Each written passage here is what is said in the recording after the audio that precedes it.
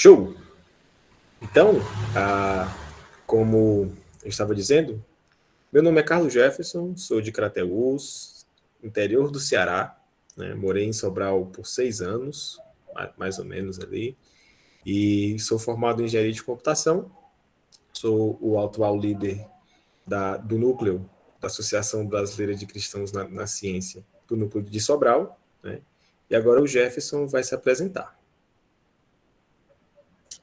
Bom, eu sou o Jefferson, estou aí co-líder desse grupo, fui um dos fundadores, aí, um dos idealizadores dessa ideia, e atualmente estou co-líder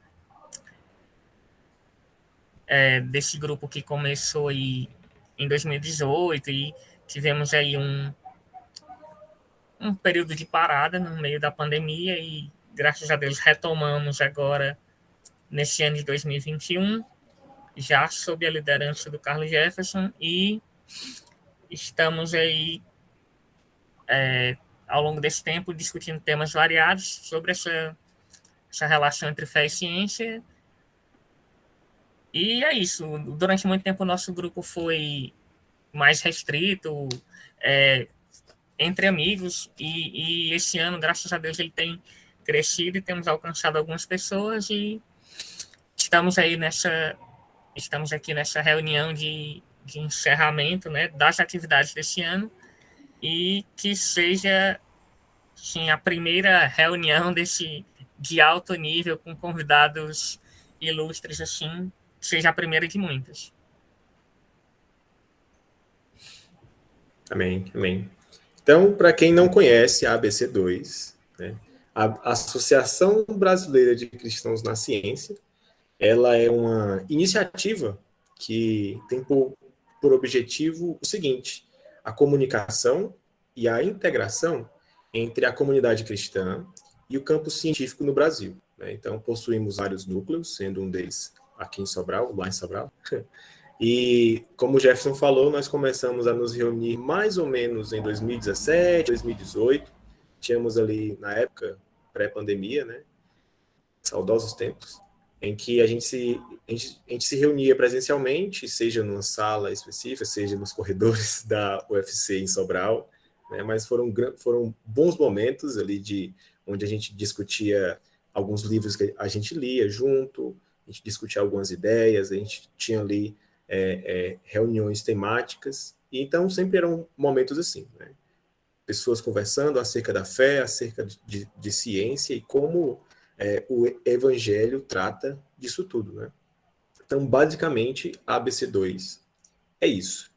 E agora, passo a palavra para o nosso querido André, ele vai se apresentar, para a gente saber quem ele é, de onde ele veio, né? E pode ficar à vontade, meu querido.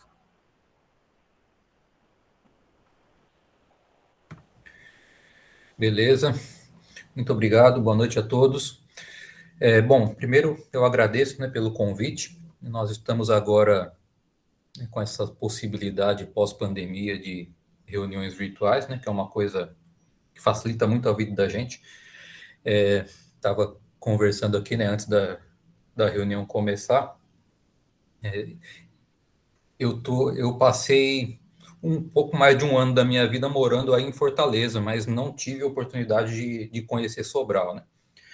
E não teria ido dessa vez se a reunião presencial fosse a única opção. Não daria para mim, mas temos essa possibilidade aí de comunhão virtual.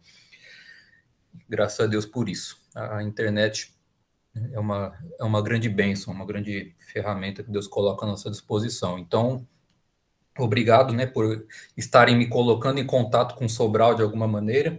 Eu já estive em eventos da ABC2 em outras partes do Brasil, né? Não sou filiado, mas sempre que é possível, né, trabalhar colaborativamente, tendo os objetivos em comum, né, eu aceito com prazer. E tenho me beneficiado, né, das publicações e algumas atividades aí da associação desde que ela foi fundada. Eu vou até mencionar uma coisa ou outra aqui, né, nessa palestra. Sobre mim, acho que não tem nada tão interessante, né? Eu Acho que o essencial já foi dito aí, né, lá no cartazinho do convite. Eu sou marido da Norma, né? Esse é o dado mais importante de todos.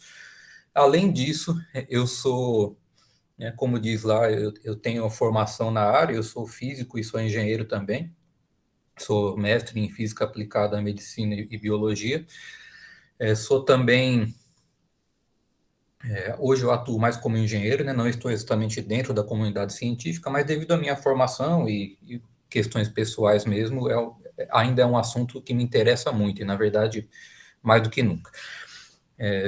Fiz um turismo aí pelo Natal durante 10 anos, graças à empresa em que eu trabalho, né? Morei em Salvador, depois morei em Fortaleza, depois morei em Natal, né? E lá em Natal, foi onde eu passei mais tempo, 8 anos, mas gostei muito, né, da passagem pelo Ceará. E agora faz um pouco mais de um ano que eu estou aqui morando no Rio de Janeiro, que é a terra da minha esposa, né? Fui transferido para cá pela empresa e estou aqui, continuo mais ou menos na mesma atribuição, mas aqui no Rio de Janeiro. Bom, gente, vamos ao que interessa, né? Vocês não vieram aqui para ouvir a minha biografia, então eu vou compartilhar aqui a minha tela.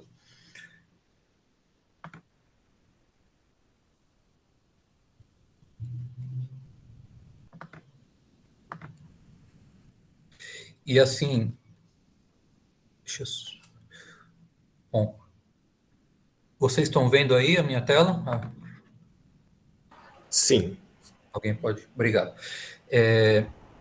Bom, a partir do momento que eu entrei aqui no modo apresentação, né, eu só tenho uma tela, então eu não vou ver mais, né, a cara de vocês, nem o que vocês escreverem aí, tá? Até o final da palestra. Mas como já foi dito aí, vocês vão colocando que no final o pessoal da organização vai aproveitar as perguntas e tudo mais, tá? Isso é com eles. A minha parte aqui é só falar.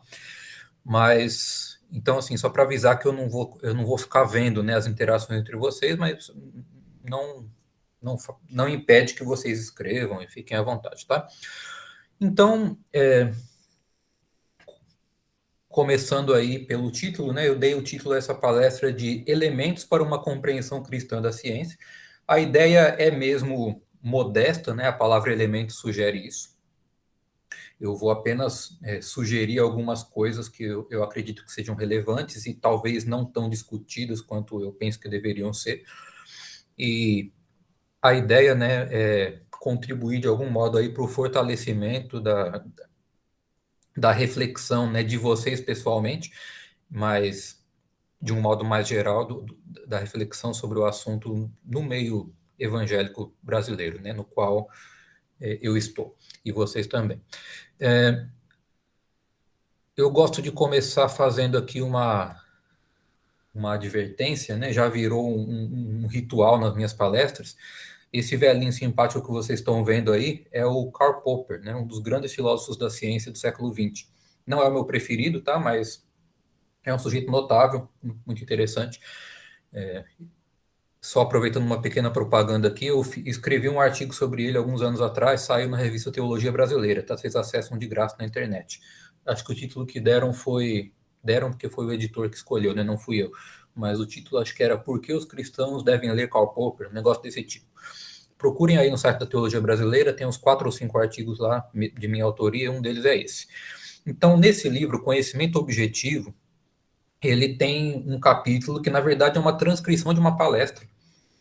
E ele introduz, né, a palestra com as seguintes palavras. Seja-me permitido começar com uma confissão. Embora eu seja um filósofo muito feliz, não tenho, após uma vida inteira de conferências, ilusões a respeito do que posso transmitir numa palestra.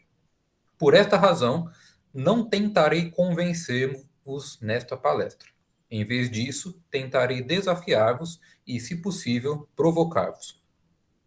Eu não vivi tanto quanto ele, né? Não tenho toda essa experiência, mas a minha experiência, tanto dando palestras quanto ouvindo palestras, me convenceu de que ele tem toda a razão. Tá? O propósito de uma palestra se é no sentido de transmitir conteúdos, ele tem que ser modesto nesse sentido, né? A ideia aqui é mais sugerir coisas, né? Botar pulgas atrás da orelha das pessoas. E é isso que eu vou tentar fazer aqui, né?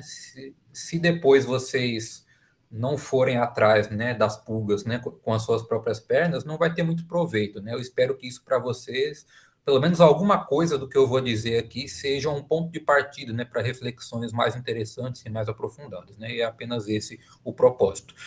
E eu acho que é importante deixar isso claro, né, desde o início.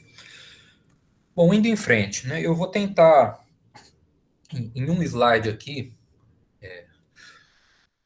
descrever um pouco o que eu considero como o problema amplo, né, da relação do público cristão evangélico com a ciência e questões envolvendo ciência, né, não só aqui no Brasil, tá? Isso é um problema que existe também, acho que talvez em âmbito mundial, no cenário evangélico. Aqui são 3 livros, tá? Eu coloquei aí as capas dos livros. Primeiro, esse guia de bolso do dilúvio global. Não tem o nome do autor aí na capa, mas é da turma lá do Answers in Genesis, né, do Ken Ham, aquele biólogo australiano, que é um defensor do criacionismo da Terra Jovem. Na verdade, esse livro ele conta com a participação de várias pessoas, né, por isso que não tem o nome de nenhuma delas em especial na capa. O segundo, né, como diz o título, é uma defesa primariamente bíblica de uma terra antiga, né? O autor aí, o David Snoke, é um físico americano e ele é um proponente da chamada criação progressiva, né?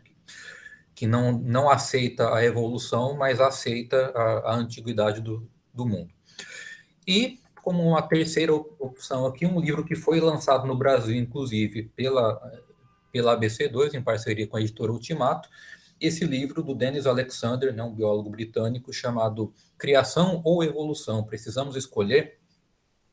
Bom, por que eu estou escolhendo esses 3 livros? Isso aqui é mais ou menos aleatório, tá? Aconteceu de eu ter lido esses 3 livros mais ou menos na mesma época, acho que tá, provavelmente no mesmo mês. Tem um tempinho já, eu acho que foi em 2018, por ali. Eles são 3 livros que defendem 3 perspectivas bastante diferentes, né, a respeito do assunto. Né? Um criacionismo da Terra Jovem, e outro criacionismo da Terra Antiga, e o outro, né, o que se tem ultimamente designado como criacionismo evolucionário, né, a tentativa de conciliar a fé cristã com a evolução. Qual é o problema? Né? Por que eu coloquei aí a palavra problema no título? Porque todos esses livros eles têm o seu valor, tá? Eu não pretendo condenar nenhum deles integralmente, eles têm suas qualidades, mas eles são todos igualmente ruins, insatisfatórios, na minha opinião, em um mesmo ponto, que é muito importante, que é muito simples. Eles não lidam bem com os argumentos uns dos outros, tá? Lendo os 3 livros, eu fiquei com a impressão que talvez seja justificado, ou talvez não, mas assim, com base no que está no livro, pelo menos, eu sou levado a crer que nenhum dos 3 conhece as melhores objeções aos seus pontos de vista levantados, por exemplo, pelos defensores das outras 2 posições. Ou se conhecem, por alguma razão, não acharam importante incluí-las no livro. E isso é uma coisa que faz mal, né, a qualquer discussão intelectualmente séria. Na verdade, se você não é capaz de se colocar no lugar do seu oponente, né, e entender as razões dele e responder à altura, tem algo muito errado, né? Mesmo que você possa ter razão, isso é uma coisa muito problemática.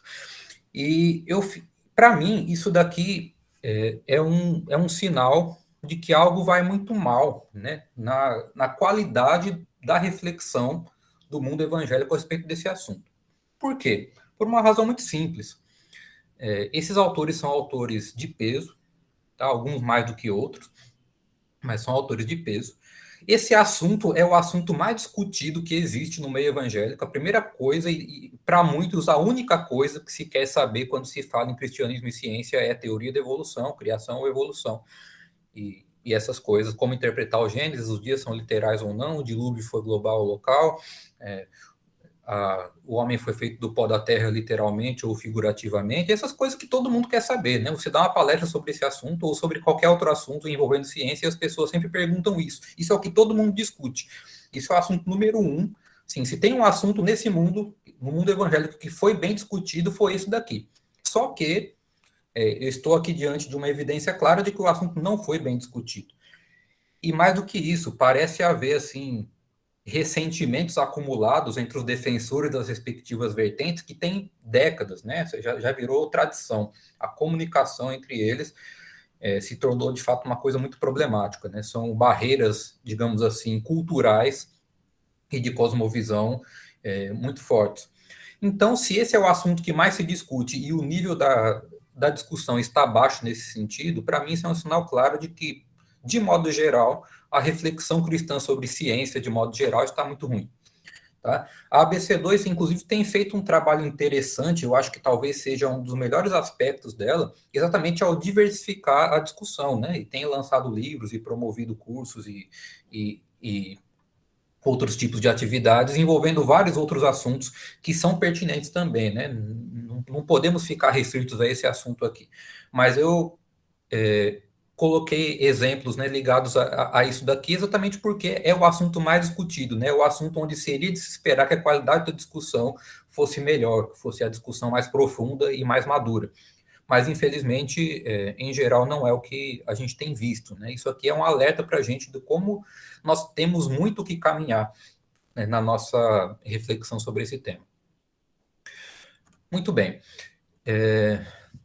Então, dentro desse quadro amplo, né, da nossa necessidade de aprofundar a nossa reflexão, né, cristã, autenticamente cristã e bíblica sobre ciência, eu decidi tomar um atalho aqui, né? Obviamente o tema é vasto demais, mas eu decidi tomar um atalho por causa dessa observação que esse cara fez. Para quem não sabe, esse aí é o Thomas Kuhn, né, autor do célebre A Estrutura das Revoluções Científicas, né, um livro que foi transformador, é um clássico até hoje, ele é dos anos 60, mas continua sendo um clássico extensamente discutido até hoje, na área aí da compreensão sobre a natureza do progresso científico. Né? Eu não vou discutir aqui, nem mesmo expor a tese do livro, tá? Mas é um livro que todo mundo tem que ler. É um livro importantíssimo.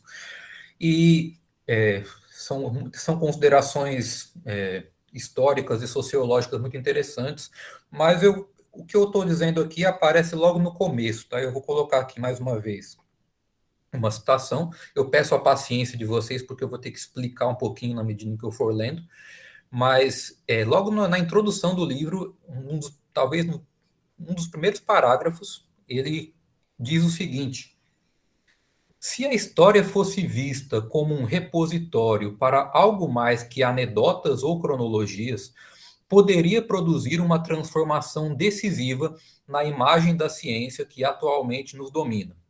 Pausa. Do que ele está falando aí? O modo como se aprende sobre a história da ciência, né, no ensino médio, na faculdade e tal, é exatamente o que ele chama aí de anedotas ou cronologias. A gente tem que ter uma noção geral da ordem em que as coisas foram descobertas ou as teorias foram inventadas, e a gente tem que saber historinhas legais sobre como os cientistas descobriram as coisas, como é que eles tiveram a ideia e tal. E é disso que ele está falando, tá? Não é nada mais do que isso, anedotas ou cronologias. É para isso que... essa é a ideia que, inclusive, muitos cientistas têm sobre a história da própria ciência. Não é uma coisa só para os leigos, não. Ele está falando de um problema mais profundo. Então, o que ele chama aí de imagem da ciência, que atualmente nos domina, é nos se referindo ao mundo intelectual como um todo, e em particular ao próprio mundo científico, tá? Não, ele não está falando do público leigo, não, do pipoqueiro da esquina, não. Ele está falando de gente que pensa sobre o assunto e que tem contribuições relevantes na área da ciência ou da filosofia da ciência e por aí vai, tá?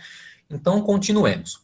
Os próprios cientistas têm aurido essa imagem principalmente no estudo de realizações científicas acabadas, tal como estão registradas nos clássicos e manuais. É o que eu acabei de dizer, né?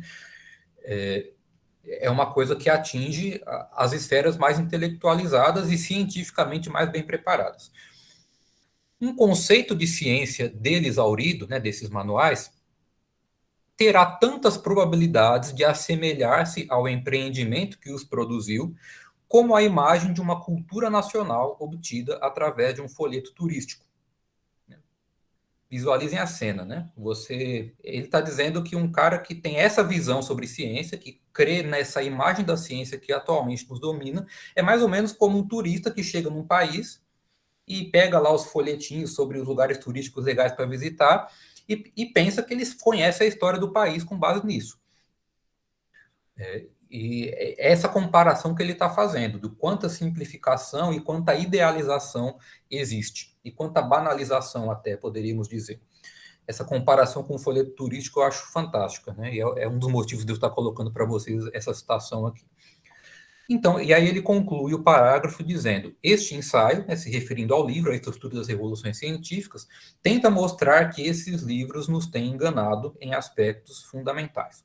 E aí ele vai propor a interpretação da história que ele defende, que eu não endosso completamente, tá? O objetivo aqui não é concordar com Thomas Kuhn exatamente, mas é chamar atenção para o fato de que ele detectou muito bem o problema, né? E ele está tratando o assunto, ainda que de maneira não totalmente satisfatória, né? E temos gente criticando ele das mais diversas maneiras até hoje.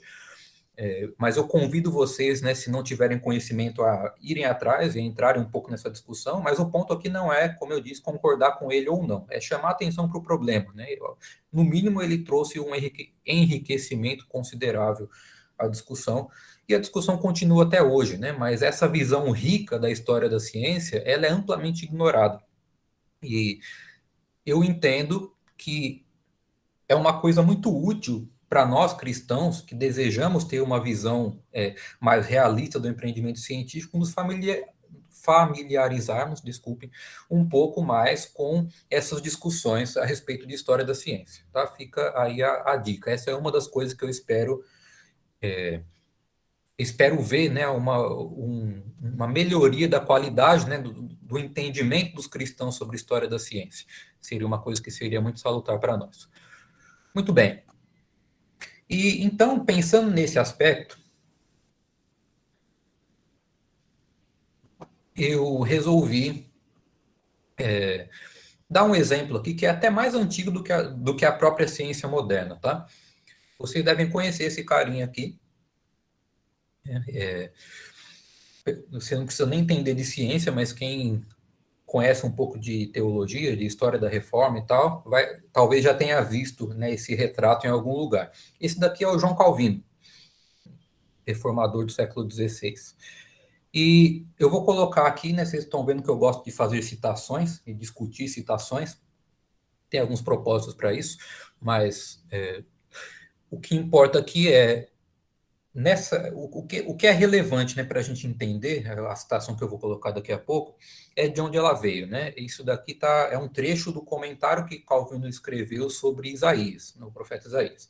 E lá no capítulo 48, versículo 13, ele está comentando uma frase que na nossa versão, né, Almeida Revista e Atualizada, diz assim, Deus falando, né, a minha destra estendeu os céus. Mas, no tempo lá de Calvino, existia uma discussão sobre a tradução desse versículo, sobre a questão de variantes textuais e tal, né? Não convém entrar em detalhes, mas o fato é que alguns defendiam que a tradução correta seria a minha destra mediu os céus, tá? E é disso que vocês precisam saber para entender, começar a entender pelo menos o trecho que vem a seguir. Eu vou ler ele todo de uma vez, mas depois eu vou ter que voltar para explicar alguns pontos, né? Vamos prestar atenção no modo como Calvino desenvolve aqui a argumentação. Ele diz o seguinte, né, sobre esse versículo. A palavra medida, né, desse verbo, a minha destra mediu os céus, denota a maravilhosa sabedoria de Deus em ter igualado todos os lados com exata proporção a vasta extensão dos céus, de modo que sua distância da Terra não fosse menor nem maior que a medida útil para preservar a ordem, e que nessa grande expansão não houvesse nada desconectado ou desfigurado. Deus sustenta a enorme massa dos céus em movimento contínuo, de tal modo que ele nem oscila, nem pende mais para um lado que para o outro. Bom, eu imagino, né, para alguém não muito familiarizado, né, com esse contexto, com essas discussões, talvez a argumentação dele tenha soado um pouco estranha, né, o modo como ele descreve os céus e tal.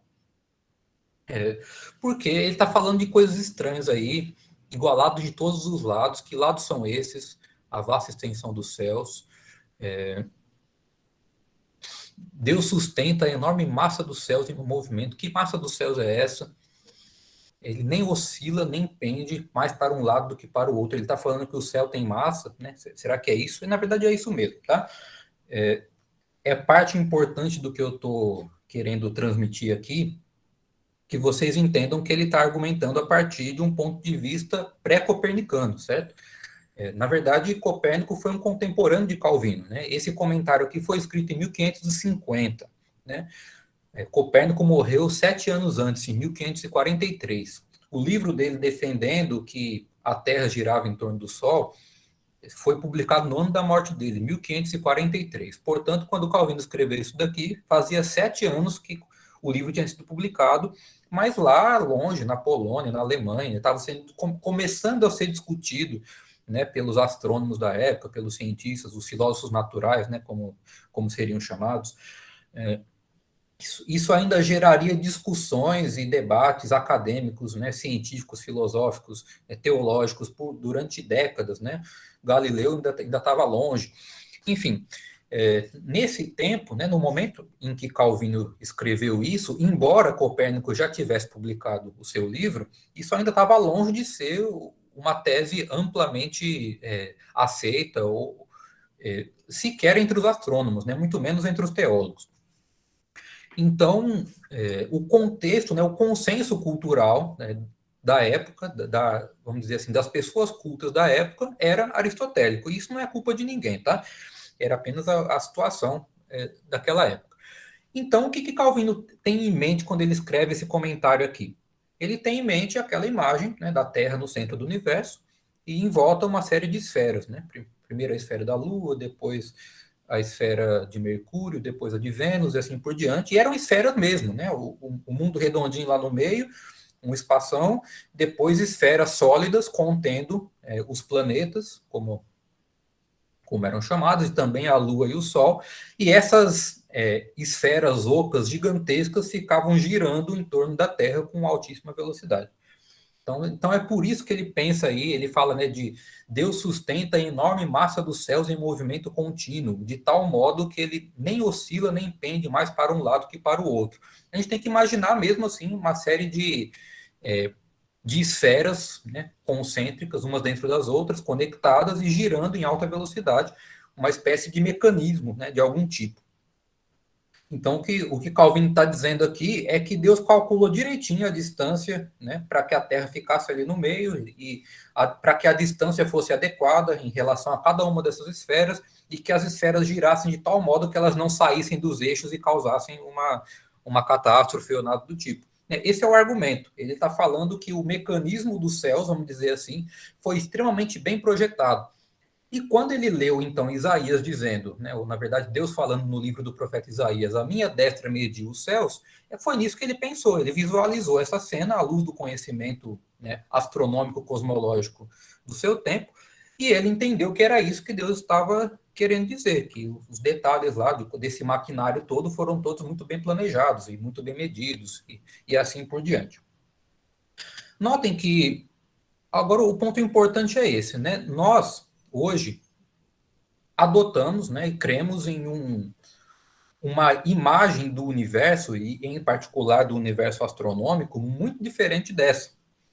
Mas ainda assim, a ideia básica é a mesma, né?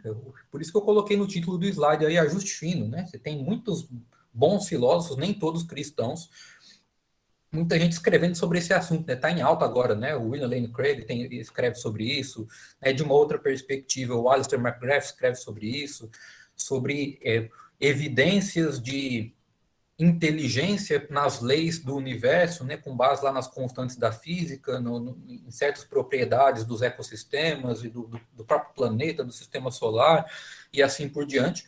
uma discussão bem mais refinada e rebuscada e bem mais de acordo com a imagem, né, científica moderna, mas a intuição fundamental é a mesma de Calvino. E, na verdade, eu coloquei Calvino aqui, mas poderia ter sido qualquer outro, né? Essa discussão, essas questões, elas são muito mais antigas do que Calvino.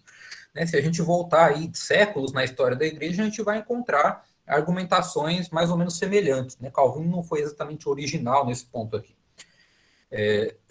E da mesma forma, né, o ponto também que eu acho importante ressaltar é que do lado oposto, né, do lado dos críticos da fé cristã, dos críticos das escrituras, a gente também encontra disposições muito semelhantes às que existem hoje. Né? Se vocês acham que essa ideia de que a ciência refuta a fé cristã é recente, começou com Richard Dawkins ou com qualquer um aí um pouquinho mais antigo, eu sinto dizer, mas não é nada disso. Né?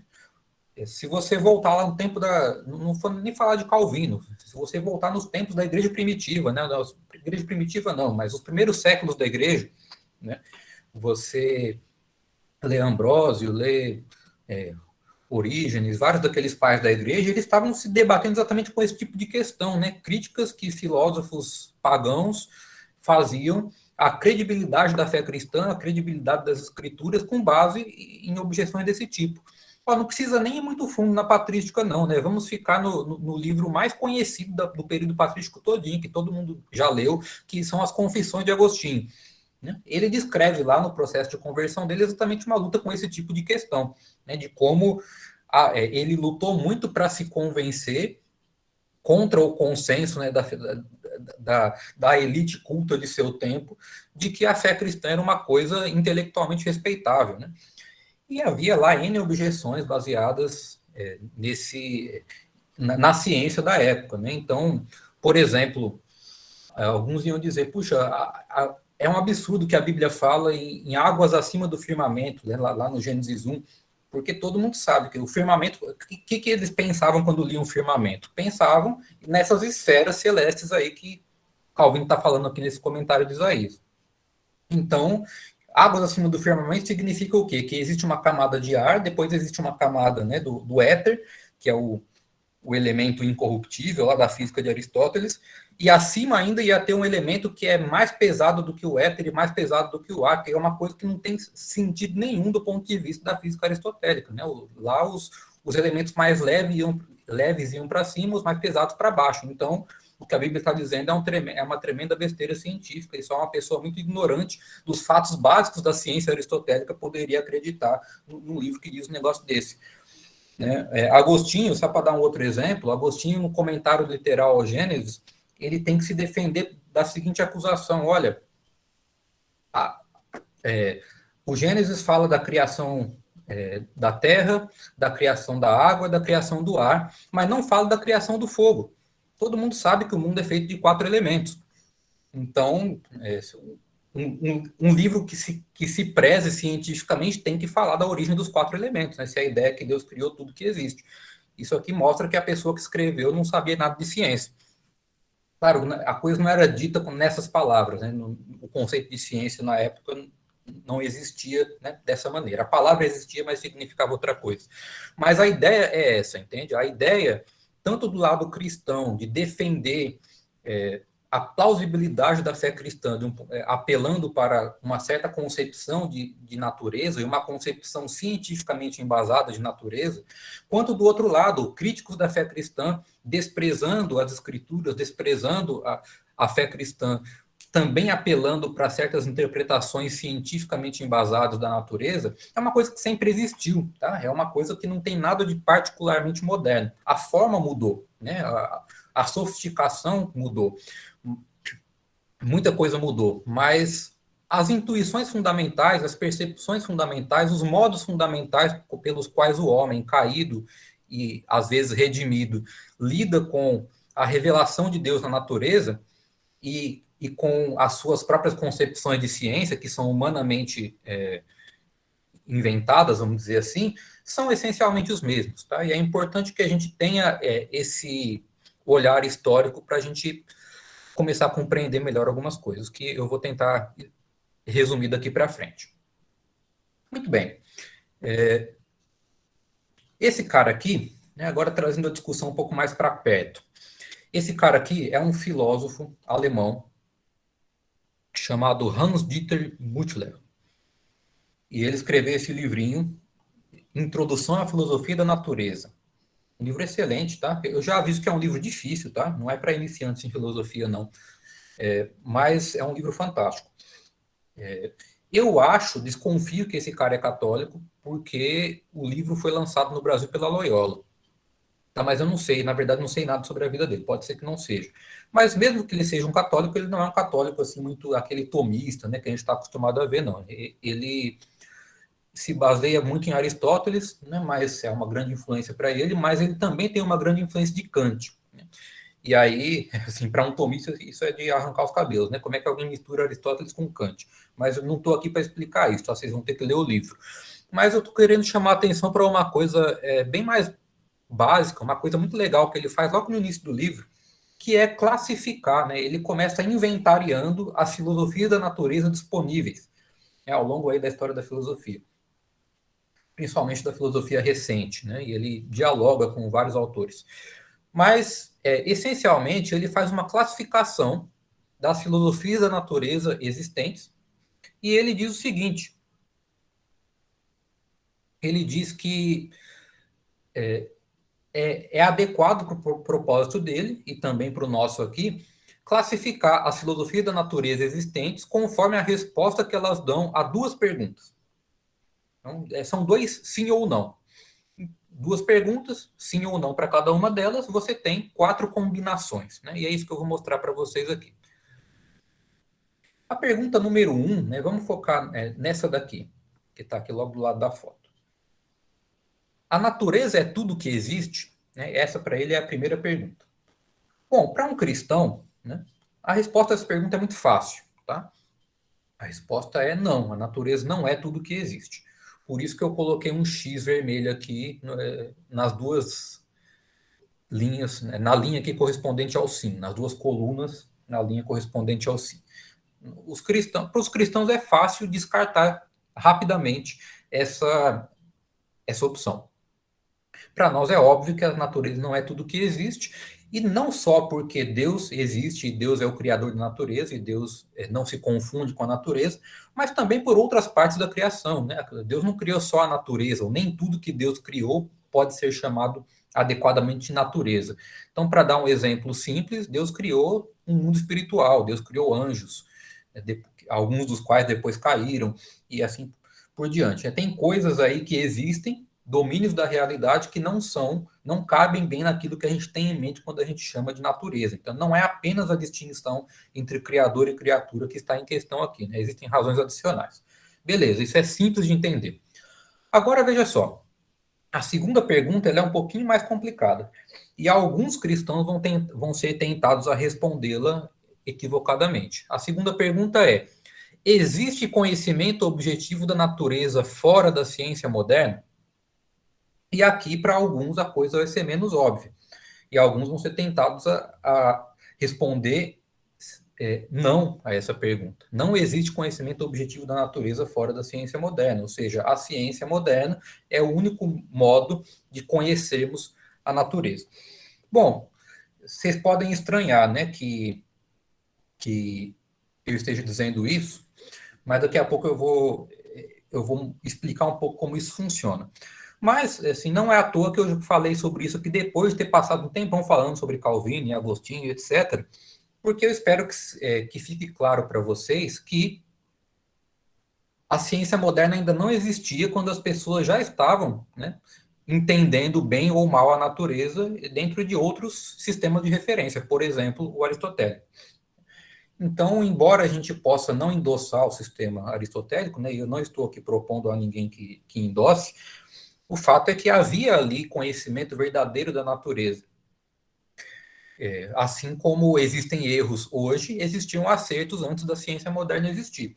E isso deveria ser fácil para a gente entender, né? E, em teoria, nós entendemos. Mas eu espero conseguir convencer vocês de que isso é uma coisa que não entrou na cabeça do público cristão tão bem quanto a primeira pergunta. mas eu acredito que a nossa resposta à segunda pergunta deveria ser tão veemente quanto a nossa resposta à primeira pergunta. É muito fácil para a gente entender que se a gente titubear aqui na questão sobre se natureza é tudo que existe ou não, a gente está correndo um risco muito sério, né, de cair no panteísmo ou algo do tipo, de algum modo obstruir a distinção entre criador e criatura ou negar a realidade de domínios espirituais que não são natureza. Mas existem perigos igualmente graves em negar a possibilidade de um conhecimento objetivo da natureza fora da ciência moderna. Embora isso aconteça de maneiras mais sutis e que às vezes escapam à nossa atenção. Então, quando nós colocamos a ciência moderna, né, numa posição maior do que aquela deveria na nossa cabeça, né, na nossa, vamos dizer assim, na nossa concepção sobre a importância dos meios de se conhecer a natureza e possibilidades de conhecer a natureza, então nós passamos a ter alguns problemas aqui. E eu vou dar agora alguns exemplos de como isso funciona. Basicamente, 2 exemplos. Isso daqui eu chamei aí de cientificismo sutil, certo? Por que eu falo isso? Cientificismo, o que eu chamo de cientificismo aqui é apenas a ideia de valorizar a ciência moderna mais do que ela merece. Apenas isso. Mas, claro, essas coisas elas têm graus, né? É importante que a gente entenda isso. Eu conheci bem poucos autores que dizem claramente eu sou cientificista, né? Geralmente é uma coisa que fala quem está criticando, né? É igual, sei lá, fundamentalismo e outros termos aí. É muito difícil você achar alguém que adota o termo feliz da vida. Geralmente as pessoas negam. E geralmente a pessoa que é acusado de cientificismo vai falar, não, eu não sou cientificista, não. O cientificista é esse cara aqui que é mais do que eu. É aquela história, tipo, você chega para um cara e fala, você é rico, você tem uma Ferrari. E ele fala, não, rico é o meu vizinho que tem 2. Sempre dá para achar alguém que seja mais do que você, né? Que você pode se livrar da acusação quando você não gosta dela. Cientificismo é uma coisa que admite graus, tá? Eu não estou dizendo que os cristãos que caem nisso em alguma medida são o Richard Dawkins ou o Stephen Hawking, né? A gente tem que ter o senso das proporções, né? Isso é uma coisa muito importante. Mas, dito isso, eu acho que existe em alguns círculos do meio evangélico uma tendência de atribuir à ciência um valor epistemológico maior ou mais exclusivo do que ela de fato possui. E aqui eu vou dar a vocês um exemplo disso. Esse cara aí, não sei se alguém já reconheceu, mas é o Alistair McGrath, né, que eu já mencionei antes, um autor muito interessante. Eu o considero, em especial, um historiador das ideias muito bom. Não gosto de todos os aspectos da obra dele, tanto quanto esse, mas esse em especial eu gosto muito. E nesse livro, Deus e Darwin, que foi publicado no Brasil pelo ABC2, inclusive, ele faz a seguinte afirmação, que eu vou ler primeiro e depois eu vou explicar para vocês por que eu considero essa afirmação um tanto problemática. Ele diz o seguinte: uma relação positiva entre a teologia cristã e as ciências naturais é necessária para uma compreensão cristã da própria realidade. Se o mundo é de fato uma criação de Deus, então deve haver razões ontológicas para um diálogo teológico com as ciências naturais. Trata-se de um diálogo natural, baseado na crença elementar de que o Deus da teologia cristã é o mesmo que criou o mundo investigado pelas ciências naturais. Eu não sou contra a ideia, tá? A ideia central que ele está transmitindo aqui, que é de que existe interesse, importância e fecundidade em nós nos preocuparmos com, né, o que a ciência natural moderna tem a dizer quando se trata de pensarmos sobre natureza, de modo algum, de uma visão biblicamente orientada da natureza. Então, não é a isso que eu estou me opondo. Mas tem questões mais sutis, né, como diz o título do slide, que estão envolvidas aqui. O argumento dele qual é? Ele está dizendo que, bom, a ciência investiga a natureza. Deus criou a natureza.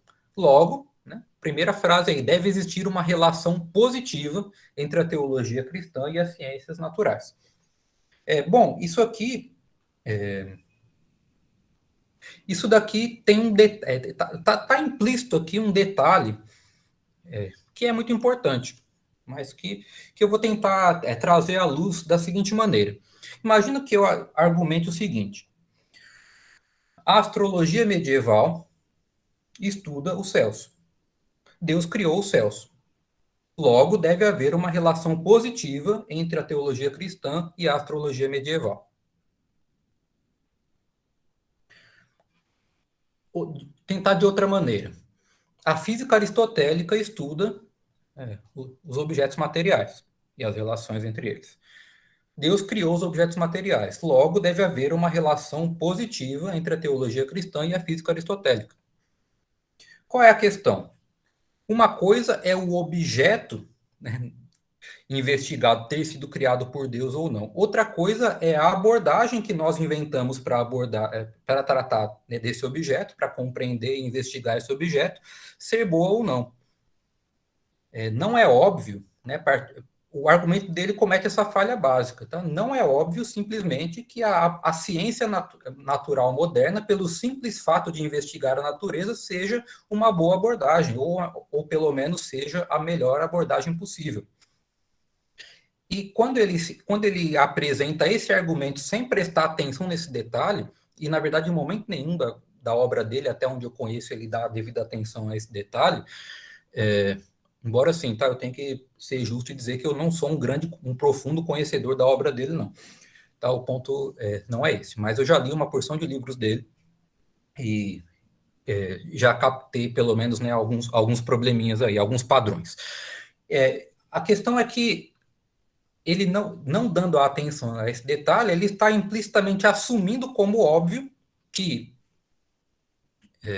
a ciência natural moderna não só intrinsecamente melhor do que todas as outras possíveis abordagens pré-modernas ou o que seja da natureza, mas também que ela é tão boa quanto possível, que nós cristãos não deveríamos ter uma atitude crítica em relação à ciência moderna.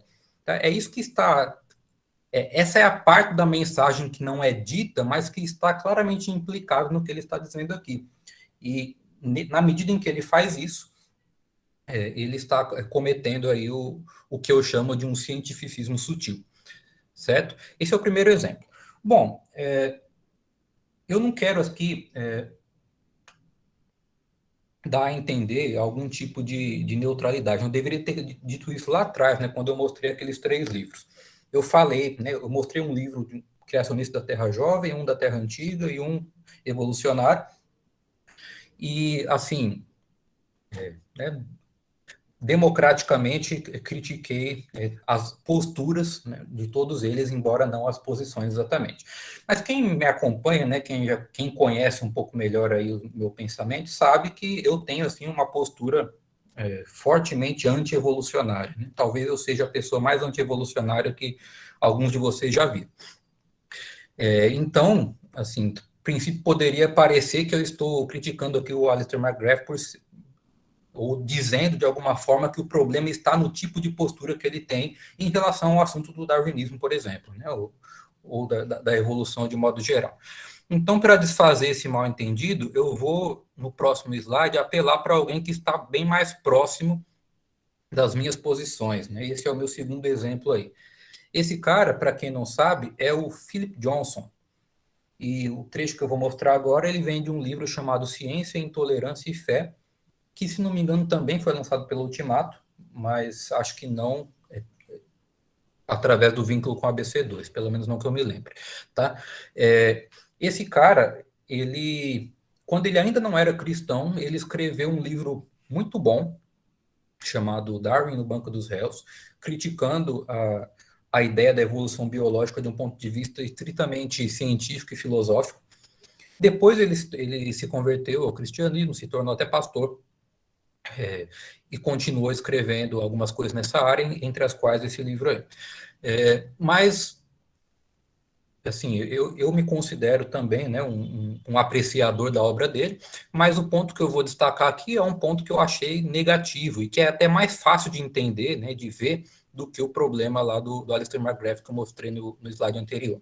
A citação é mais curta, inclusive, também. Ele diz simplesmente o seguinte: ninguém duvida realmente de verdades científicas básicas, como a de que maçãs caem para baixo e não para cima. Por que ele está dizendo isso? Exatamente porque ele defende, ele é um crítico ferrenho da ideia da evolução biológica, e ele se depara com esse tipo de oposição, né, de que ele é um inimigo da ciência. Ele está dizendo, não, eu não sou um inimigo da ciência. Pessoas como eu, né, que criticam a evolução, não são inimigos da ciência só por causa disso. E no contexto dessa defesa, ele faz essa afirmação. Qual é o problema dela? É essa palavra que eu sublinhei. Simplesmente fugiu um detalhe importante aqui. Por que ele está dizendo que as maçãs caírem para baixo e não para cima é uma verdade científica? Isso é totalmente impróprio. Por quê? Porque as maçãs caírem para baixo e não para cima não é um fato estabelecido pela ciência. Se ele quisesse falar pelo menos assim, as interações entre os quarks lá no núcleo do átomo é uma verdade científica assim, assado, tudo bem. É uma coisa que ninguém vê. Mas maçã cair para baixo é uma coisa que todo mundo vê desde o início dos tempos, né? Adão, quando foi criado lá no Éden, deve ter visto maçãs caindo. E nenhuma ciência tinha sido inventada ainda. Né? Os gregos lá, sei lá de onde que a maçã veio, mas os povos antigos lá que cultivavam maçã viam maçãs caindo para baixo o tempo todo, e eles tinham uma concepção de ciência qualquer que não tinha nada a ver com a ciência moderna, ou mesmo não tinham ciência nenhuma. Depois veio Newton, né, com a sua teoria da gravidade e tal, e as maçãs continuaram caindo do mesmo jeito. Depois veio Einstein e suplantou Newton com a sua ideia da relatividade geral, e isso não afetou em nada o entendimento que as pessoas têm da queda das maçãs, e o testemunho universalmente reconhecido de que maçãs caem para baixo e não para cima. E se amanhã alguém refutar Einstein e propuser uma outra coisa, adivinha, isso não vai fazer diferença nenhuma no modo como as maçãs caem, e no modo como as pessoas percebem isso acontecendo. Então, gente, maçãs caírem para baixo não é uma verdade científica, tá? É uma verdade, como diria lá Hermann Doiver, da experiência pré-teórica, da experiência ingênua. É uma coisa que absolutamente não depende de qualquer ciência se pronunciar a respeito. Claro que uma ciência que diga que a maçã cai para cima não merece respeito nenhum. É uma pseudociência. Mas a validação desse conhecimento não depende de nenhuma ciência, esse é o ponto. E quando ele chama isso de verdade científica básica, ele está denunciando aqui, ou se entregando no sentido de revelar uma tremenda incompreensão, no sentido de atribuir à ciência um status mais importante do que o que ela de fato possui. Porque, no fundo, o que está implícito aqui no que ele está dizendo a maçã é um objeto de investigação científica, né? Um objeto material que tem suas propriedades físicas, químicas, etc., etc., e, portanto, ela está dentro da esfera do conhecimento científico. Isso é verdade. As maçãs e a queda das maçãs é passível de investigação científica, são passíveis, né?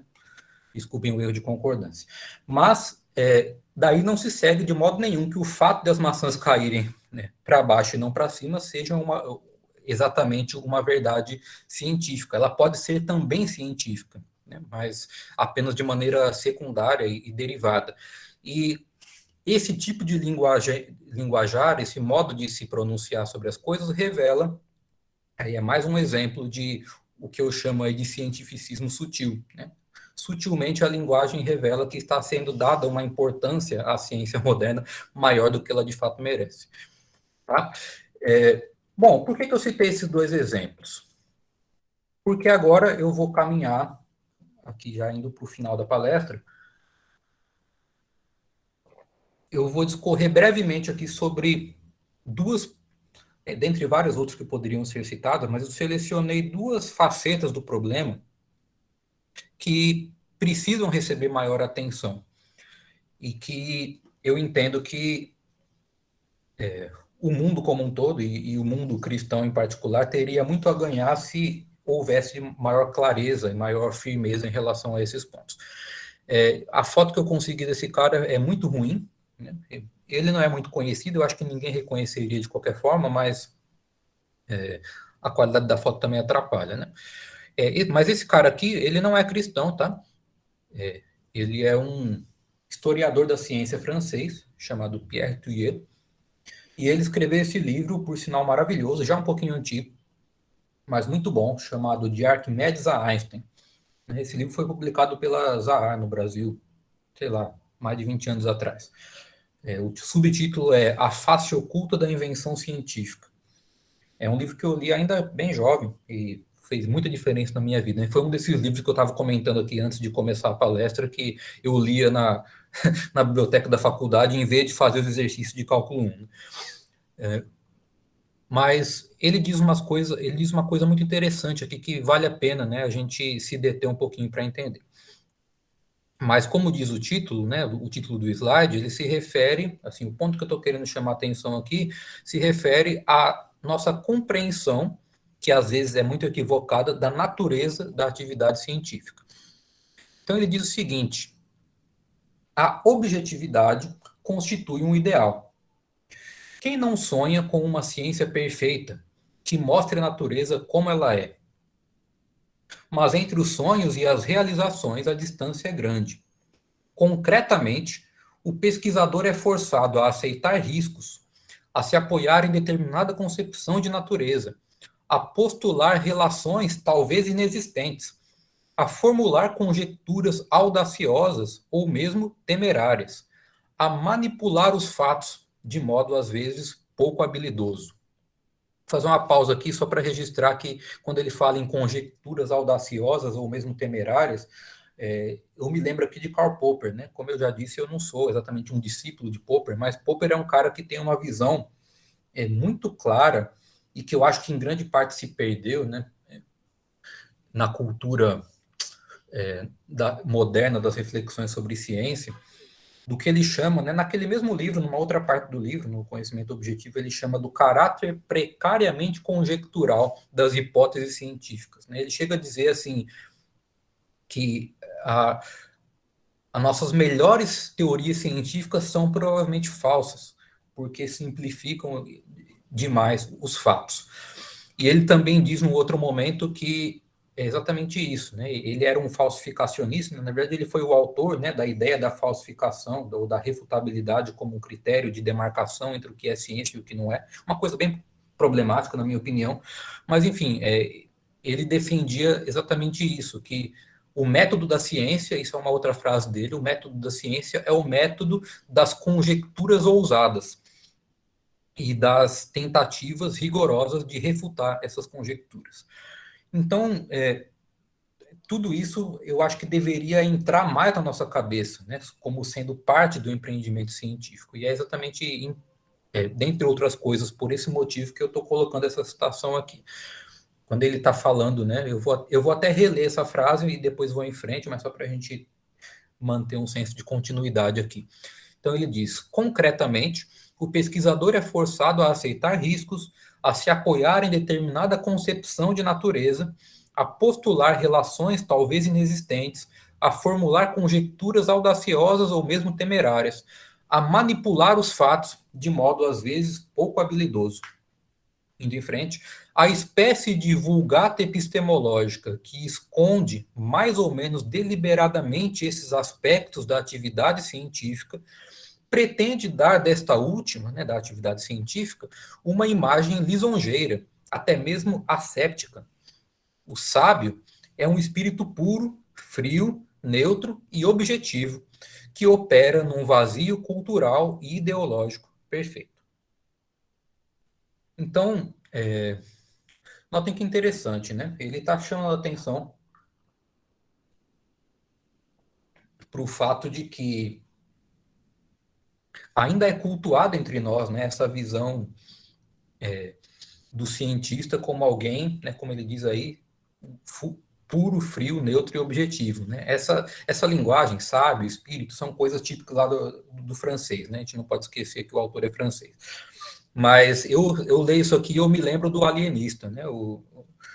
A famosa história lá de Machado de Assis, em que, no fim das contas, esse cara que era perfeitamente puro, frio, neutro e objetivo, era o médico da cidade que internou todo mundo e, no fim das contas, o doido era ele, né? E foi essa conclusão que ele chegou. É uma lição de sabedoria muito grande, né? Que eu acho que deveria ser ouvida. Porque essa pessoa não existe, né? Ele está chamando a atenção aqui para o fato de que as forças culturais e ideológicas, elas exercem uma influência no modo como os cientistas lidam com as evidências que eles encontram. E, na verdade, esse livro de Arquimedes a Einstein, ele é dedicado exatamente a demonstrar isso, né, de como fatores culturais diversos, fatores até questões de concepção de arte, de concepções filosóficas e também de concepções religiosas, interferiram no modo como grandes cientistas do passado lidaram com as suas respectivas áreas de especialidade e as suas próprias descobertas, inclusive.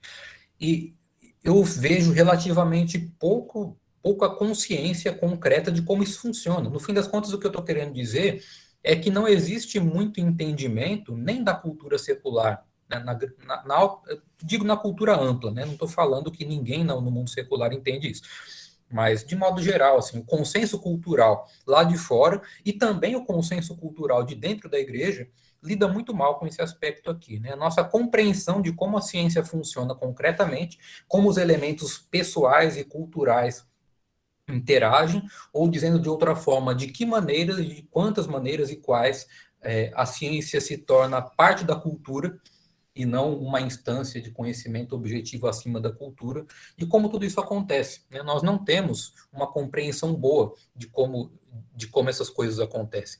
No fim das contas, do que é exatamente a natureza da atividade científica, né? E esse é um dos dois pontos aqui em que eu acho que nós crentes, podemos melhorar muito e dar contribuições muito positivas aí para o fortalecimento disso. E por último, esse slide que eu chamei de diferença que a fé faz, eu vou recorrer agora a um pensador cristão, né? Eu nem sei se essa é a melhor pronúncia, mas vou ler como está aí, Egbert Schurman, um grande pensador holandês, né, da tradição reformacional. Esse livro dele, Fé, Esperança e Tecnologia, foi lançado, né, também daquela coleção, Ciência e... Esqueci o nome agora, Ciência e Cultura, eu acho. Aquela coleção do Ultimato, que foi lançada em parceria com a ABC2. É um livro muito bom, ainda que, claro, eu, muito chato, como sempre, tenho lá minhas críticas também, mas esse cara, ele é uma figura realmente notável, como intelectual, pensador e também como homem de ação, né? Ele se destacou nessa área de filosofia da tecnologia, mais do que da ciência propriamente dita, mas ele também atuou em outras frentes, até mesmo como político, né, no contexto da Holanda. É um cara que vale a pena conhecer melhor. Recentemente eu li um outro livro dele, também gostei muito. Mas o que importa aqui, né, o que ele está falando nem é exatamente ligado à tecnologia, mas eu vou usar essa citação desse livro para lançar um último ponto aqui dessa palestra. Ele diz o seguinte: a secularização luta contra a fé cristã e continuará sendo vitoriosa, a não ser que os cristãos, sem colocar em risco a possibilidade de cooperação com a ciência, optem claramente por uma visão, interpretação ou direção próprias. Veja só, ele está tratando aqui no contexto não só de uma guerra cultural, embora inclua isso também, né? Mas, em geral, assim, para quem conhece, né, Hermann Dover, assim, é aquela ideia dos motivos religiosos básicos em conflito, né?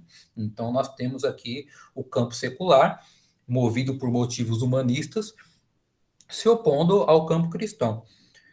E, nesse contexto, ele está dizendo, primeiro, claro, que não se trata de nós recusarmos a ciência, né? Ninguém está defendendo isso, nem ele, nem eu. Então, ele fala aí nesse contexto de cooperação com a ciência, o que até certo ponto é legítimo, mas ele fala também de optar claramente por uma visão, interpretação ou direção próprias. O que ele quer dizer com próprias? Ele quer dizer que nós, cristãos, não podemos interpretar a ciência moderna da mesma maneira como os secularistas interpretam. Se a nossa interpretação se confunde, se o nosso modo de entender a ciência se confunde com o modo como o mundo a entende, então nós estamos aqui perdendo a nossa identidade, nós estamos, em certa medida, colaborando com o adversário, e nós não vamos muito longe nisso, nós vamos continuar sendo derrotados, né, no campo das ideias. E ele reforça essa ideia aqui indo em frente, né? Eu achei interessante ele falar em visão, interpretação ou direção, né? São aspectos diferentes da mesma coisa, como nós vemos, como nós interpretamos e em que direção nós desejamos caminhar, né? Nós achamos que devemos caminhar. Mas indo em frente, ele diz o seguinte: na esfera das ciências naturais e técnicas, os mesmos resultados podem levar a interpretações e avaliações diferentes.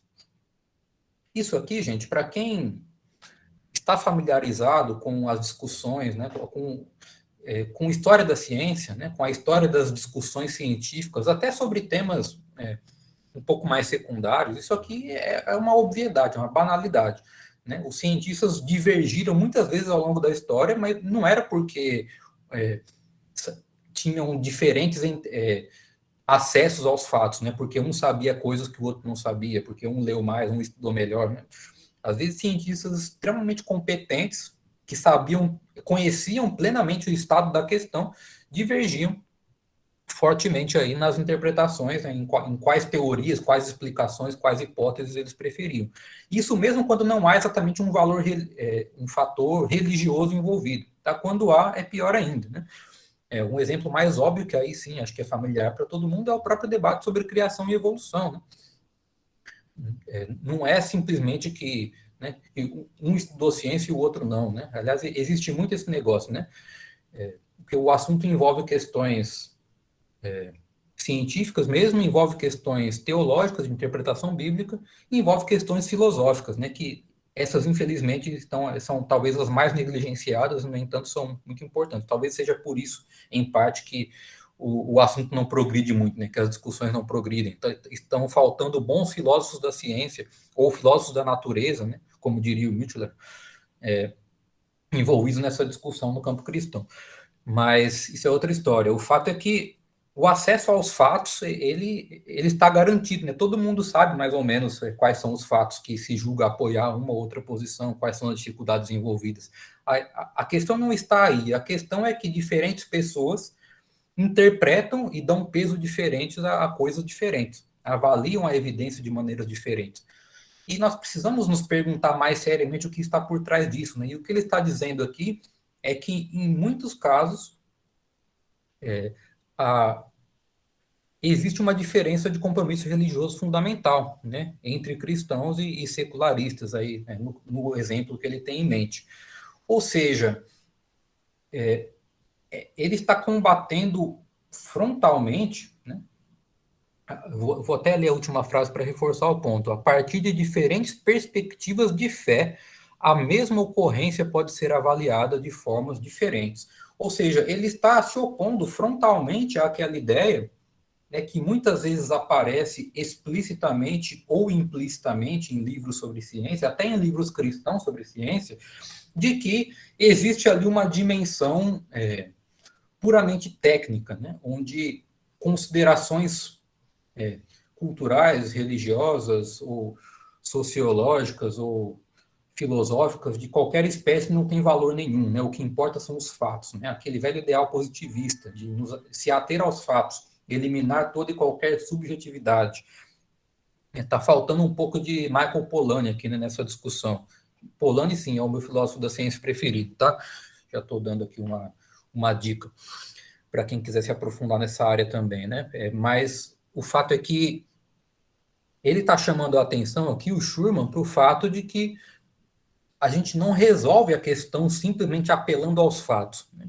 Existem elementos envolvidos, existe uma pessoa interpretando esses fatos, e se essa pessoa é cristã ou não, isso em alguns casos importantes, isso vai fazer diferença. Se essa pessoa é cristã, mas com uma cosmovisão cristã firme, ou se ela é uma cristã com uma cosmovisão cristã meio frouxa, cheia de concessões ao secularismo, isso também vai fazer diferença. Né? E claro, isso envolve, no fim das contas, né, o que o Van Til chamava de efeitos noéticos do pecado, né, as consequências do pecado sobre a nossa inteligência, ou dizendo em bom português, como o pecado nos emburrece. E isso é uma coisa que a gente tem que se precaver, né, contra nós mesmos, em primeiro lugar. Né, são os nossos pecados que nos dizem respeito mais do que os pecados do outro.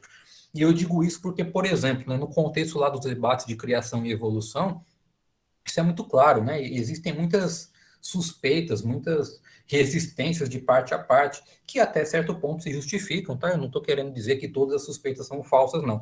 Mas as tendências são diferentes, né? Então, o sujeito que é cristão e que aceita a evolução, ele tende a pensar assim, nós somos os únicos inteligentes, né? As únicas pessoas que entendem mesmo de ciência e que levam esse negócio a sério. Os outros são fundamentalistas, ignorantes, etc. Na outra ponta, você tem o criacionista da Terra Jovem, que diz assim, nós somos os únicos crentes de verdade, os únicos bíblicos, os únicos que levam a sério o que a Bíblia diz, né? Os outros aí são, se não forem liberais, estão pelo menos aí meio caminho andado. E no meio a gente tem aquele criacionista da Terra Antiga, né? Da criação progressiva, por exemplo, pode ser ou não, que pensa assim, nós somos os únicos equilibrados, né? Aqui de um lado nós temos um fundamentalista e do outro um secularizado, e eu que estou mantendo aqui o equilíbrio saudável entre ciência e religião e por aí vai. Então, assim, a questão da autoimagem, né, e de uma autoimagem muitas vezes orgulhosa, pecaminosa mesmo, é um dos fatores que interferem, né, na maneira como a evidência é avaliada, do que você está buscando, daquilo em que você colocou seu coração, daquilo pelo qual você se valoriza às custas do rebaixamento alheio. Enfim, muitos outros exemplos poderiam ser dados, tá? Eu citei esse porque é uma questão, assim, de maior familiaridade, né, que eu acredito que vocês podem ter. Mas o ponto é esse, né? Eu acho que o recado que o Schurman está dando aqui é exatamente sobre a importância de nós entendermos adequadamente que a ciência não é essa esfera onde puramente técnica, né? Onde considerações de outras esferas não interferem. A ciência é um fenômeno da cultura, a ciência é uma grande interpretação, né, do mundo natural. E por trás da interpretação existe um intérprete, né? Nós não podemos nos esquecer disso. E o que nós queremos como crentes é alinhar as nossas interpretações às interpretações do próprio Deus, né? A interpretação de Deus sobre a natureza é a verdade, é o que ele diz que ela seria.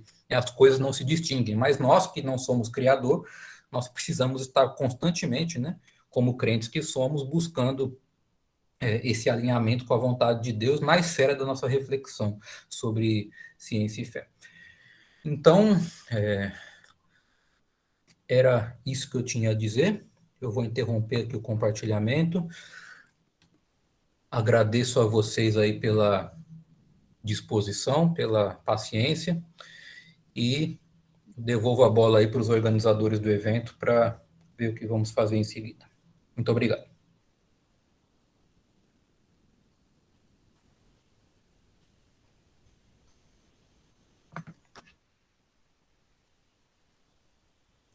O pessoal dormiu.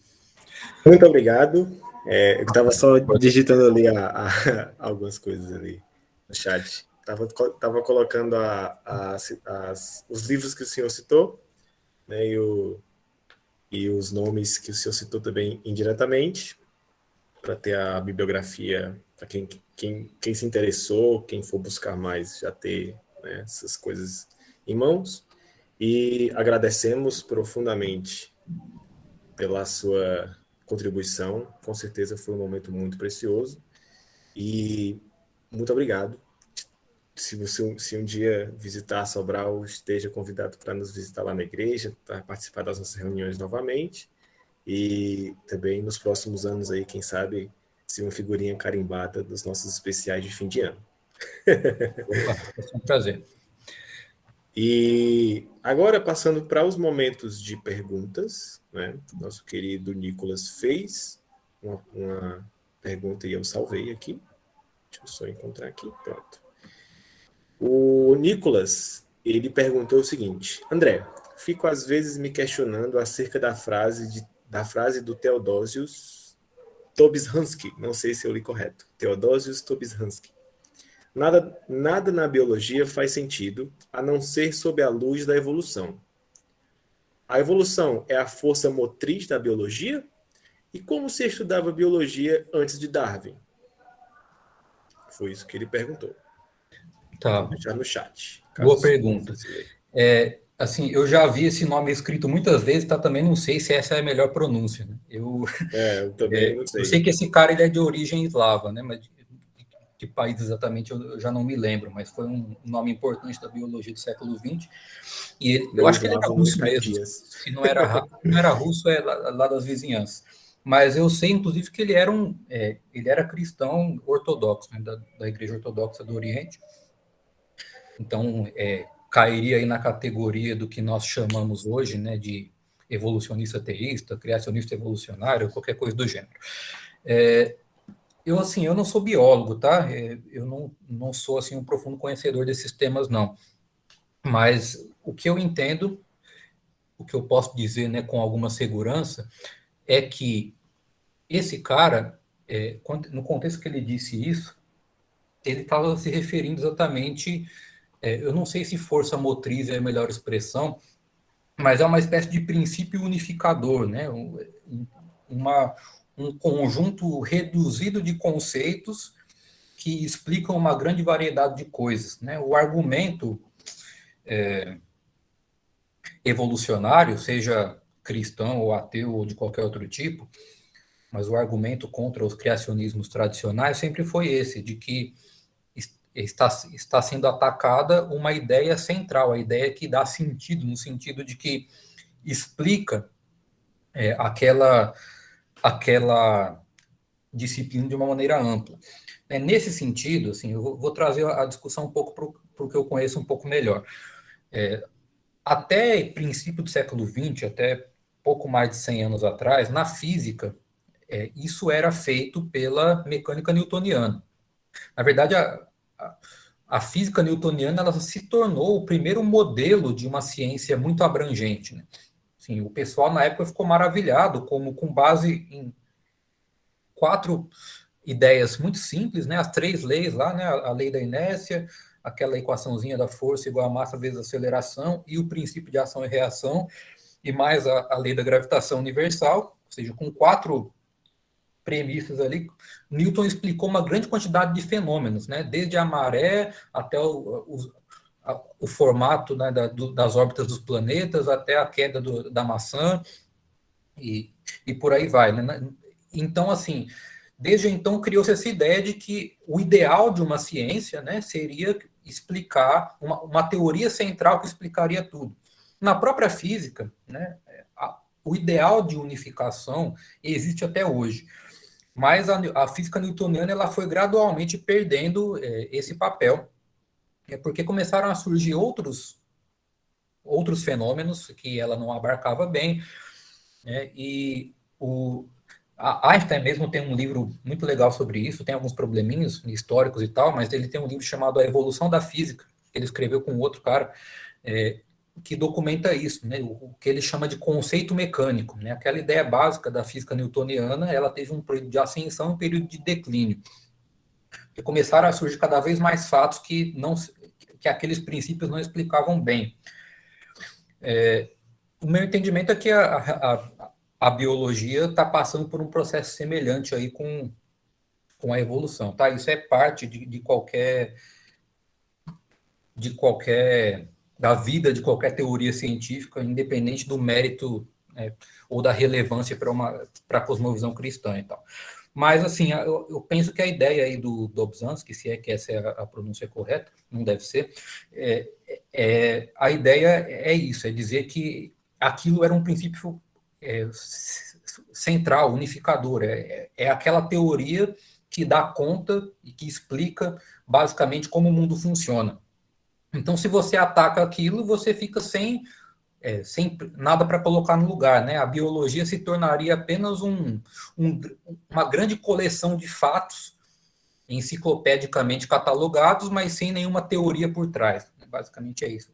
E a ideia, claro, o que ele está dizendo é que não existe uma teoria concorrente que possa dar conta dos mesmos fatos, né? E esse é o ponto que alguns críticos aí da evolução estão tentando resolver, né? Atirando em várias direções diferentes. Eu posso dizer assim, né, apelando aí para outra parte da sua pergunta, né, como era feito antes? Bom, a evolução não é desde sempre, obviamente, um consenso, né? Mas é interessante essa pergunta, porque é uma visão de história da ciência que muita gente não tem.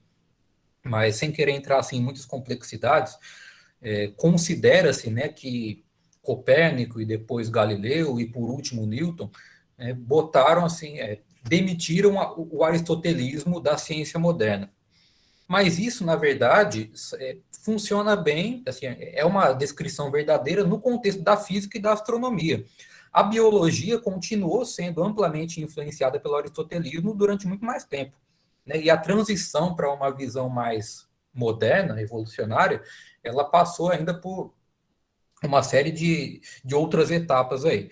Tá? Não é uma coisa muito simples, eu conheço alguma coisa sobre o assunto, né? Não muito profundamente, mas assim, o aristotelismo ele continuou sendo uma força influente, e de fato eu acho que a filosofia de Aristóteles ela se presta mais, ela é mais útil de fato no contexto da biologia do que da física, mas essa seria uma discussão, acho que é complicado demais aqui, só fica aí a dica, né, para vocês estudarem. Eu realmente acho que existe benefício ainda hoje, né, em recuperarmos alguma coisa lá das concepções aristotélicas, e tem bons filósofos, né, aí do século XX fazendo isso. O próprio Multiler, né, que eu citei, ele defende isso, ele defende a atualidade de certas categorias aristotélicas que Galileu e outros lá julgaram haver refutado. Outras pessoas fizeram isso, né? O Feyerabend, aquele herege, ele era um admirador de Aristóteles em certos aspectos. Hans Jonas, né? Aquele grande filósofo também, discípulo de Heidegger, fez algo nesse sentido. Então, assim, é uma ideia que, claro, para não falar nem nos tomistas e neotomistas modernos aí, né? Que se consideram aristotélicos em pleno direito. Mas, assim, são coisas que ainda... Eu não sou um aristotélico, tá? Não se trata disso, mas eu não vejo só desvantagem, né? Assim, o discurso, né? A visão da ciência que nos domina, como disse Thomas Kuhn, defende que quando a gente passou do aristotelismo para a ciência, para a física clássica, a gente só ganhou. Eu acho que houve também algumas perdas, né? Isso que eu estou dizendo. Mas, assim, eu estou me desviando um pouco da pergunta. O que eu queria dizer mesmo, assim, para concluir, né? Estou falando demais, é que eu penso que a ideia é essa, né? No fundo, o que está implícito aí no argumento, né, de que a biologia nada faz sentido não ser sob a luz da evolução, o que está implícito é que não existe uma explicação satisfatória, alternativa e que dê conta de todos esses fatos. Aí eu não sou biólogo, tá? Eu não sei até que ponto eu posso opinar com propriedade, mas pode até ser que ele tenha alguma razão, tá? Eu não tenho, assim, uma plena convicção de que nós temos uma visão igualmente abrangente. O design inteligente, para mim, embora eu seja simpatizante da ideia, para mim é uma coisa muito pontual, muito específica, né? Que não dá conta de uma visão integral do mundo biológico. E na verdade, nem tem essa pretensão. Tá? Quem faz isso com ele está usando de maneira ilegítima. Mas o que eu estou querendo aqui é chamar a atenção para o fato de que, se não há uma teoria unificadora tão universal quanto, então as pessoas que têm competência e vocação para isso devem trabalhar em uma, né? Eu penso que era melhor suspender o nosso juízo e dizer que não temos uma teoria, mas que estamos procurando uma, do que aceitar uma que nós temos boas razões para acreditar que não é muito boa. Mas, claro, aí entra, né, o meu anti-evolucionismo ferrenho está entrando em cena também, né? No fundo, quem fala isso está satisfeito com a teoria evolutiva, né? Ou, no mínimo, razoavelmente satisfeito, e isso já é a origem da nossa divergência. É isso. Mais alguém tem alguma pergunta? Caso tenha... Olha aí, Samuel tem.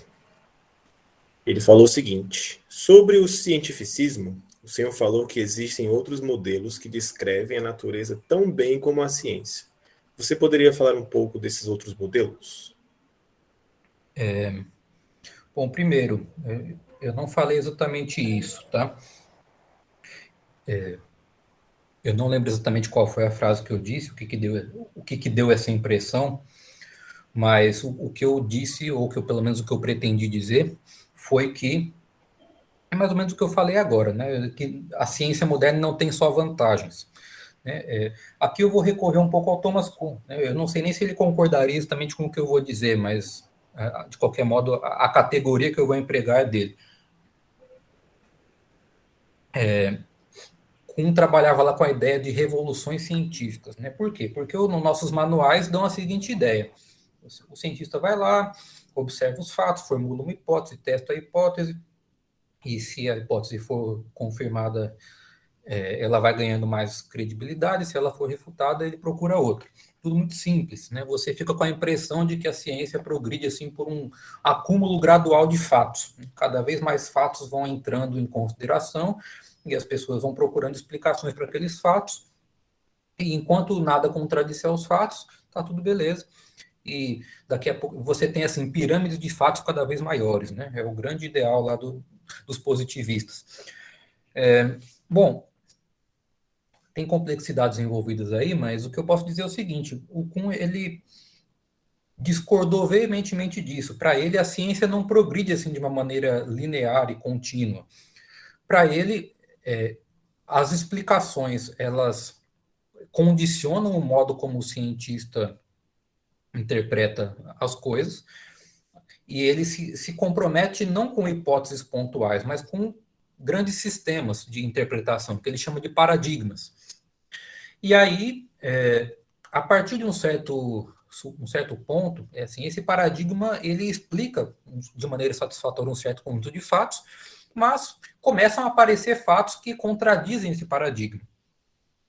Mas o cientista ou a comunidade científica não necessariamente tem uma solução fácil para isso. Às vezes, isso requer que se mexa muito fundo, né, no sistema no sistema conceitual, no paradigma vigente, e as pessoas não estão dispostas a isso, por causa de fatos muito pequenos, né? Então, a tendência é ignorar, não prestar atenção, minimizar a importância desses fatos, ou procurar explicações que requeram apenas pequenos ajustes no paradigma vigente. Mas, se os fatos forem se acumulando, uma hora alguém vai começar a se incomodar e vai propor uma transformação mais profunda, e vai vir com um paradigma concorrente radicalmente diferente para explicar aqueles mesmos fatos. Tá? Bom, por que eu estou chamando atenção para isso? Primeiro, eu acho que essa é uma visão até psicologicamente mais realista, né, do empreendimento científico, sociologicamente também. Mas, além disso, o que importa é, se eu não estou apenas acumulando fatos, mas eu estou substituindo um paradigma por um outro paradigma radicalmente diferente. Por quê? Porque eu quero explicar fatos que o paradigma antigo não explicava. Bom, existe em princípio o risco de que o novo paradigma, ao explicar esses novos fatos, deixe de explicar alguns que o paradigma antigo explicava muito bem. E, por exemplo, quando nós passamos do aristotelismo para o copernicanismo, foi esse tipo de coisa que aconteceu, né? Algumas coisas que não eram problemas antes passaram a ser problemas, só que ninguém estava muito nem aí para esses problemas.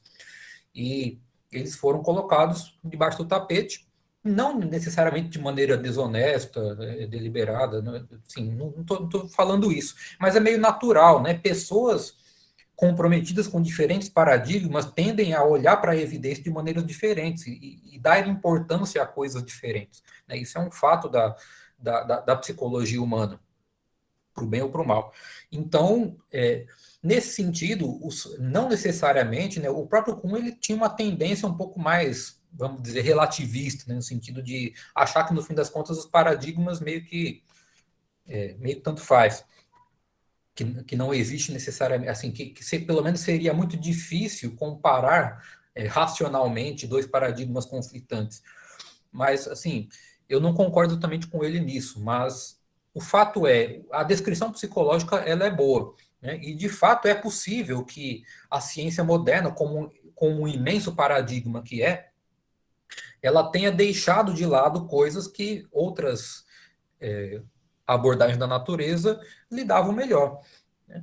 E talvez, né, eu dei várias vezes aqui o exemplo do próprio aristotelismo, pode ser um caso desse tipo. Talvez alguns aspectos, né? Hoje em dia, acho que é até mais tranquilo você falar, por exemplo, que certas, sei lá, a medicina tradicional chinesa ou certas coisas que os indígenas fazem não sei aonde, que eles têm mais conhecimento disso ou daquilo do que alguns dos nossos médicos modernos. Assim, a nossa cultura está um pouco mais aberta para isso hoje em dia, né, do que estava, sei lá, 100 anos atrás, por exemplo.